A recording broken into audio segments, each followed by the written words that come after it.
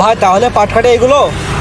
ও হ্যাঁ ভাই, পাটকাঠি এগুলোই। কি রে, কি দেখলাম ভাই? যেন না দেখি, খুব সাবধানে তুলতে হবে, খুব সাবধানে। ভাই যা দেখেন তা তো দেখেছেন, এরকম 5,000 আটি আছে আমার এইখানে, আরো এক পেটে আসার কথা আছে। এখন আপনি আগে আইছেন, আপনি দেখেন কি দেখি আপনার মহাজনই তো খবর দিলে, আর এক পার্টির সাথে কথা কয় কি করে? আচ্ছা ভাই, তাহলে চলেন মহাজনের কাছে।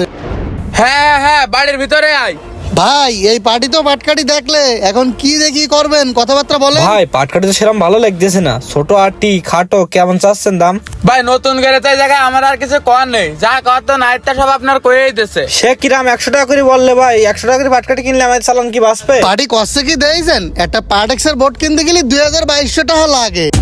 এগাড়ি পাটকাঠি 100 টাকা কিনলে আপনার চালান বাঁচবে না, নাটক করেন না।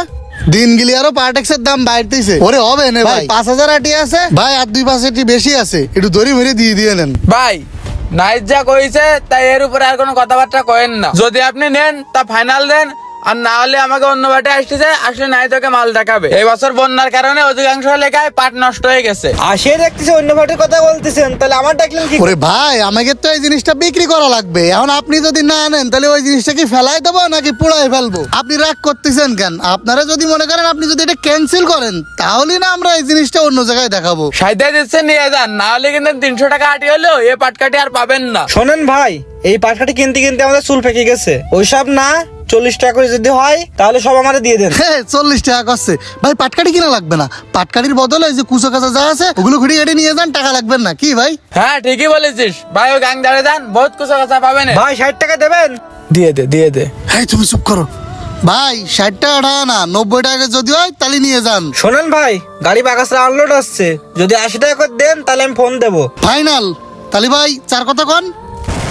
এই নে হান্দে, তুই কিছু নিয়ে যা আর আমার কিছু থাক। দেন দেন। বাহ, বিনা বুঝিতে তো ভালোই ব্যবসা করলি, খালি মাঝে মাঝে ডাকলি চলে আসছে নে।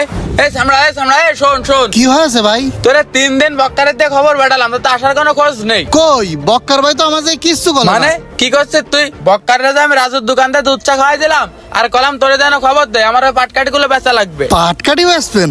ও ভাই, এবার তো পাটকাঠি সেরকম টান নেই। আর আপনার যে কোন কোম্পানিতে এসে নিয়ে যাইতো না, ওই যে পার্টেক্স না কি কোম্পানি, ওকে দিচ্ছেন না?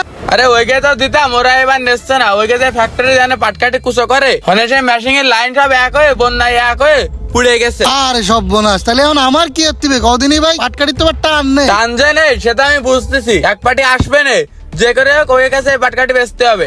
ও এতক্ষণে বুঝলাম। তা আমার দালালি করে কি থাকবে না? শোন, এলাকায় তো 50-এর উপরে বিক্রি হচ্ছে না, আর আমার তো 5,000 আটি পাটকাঠি। কনে বেচবে এত?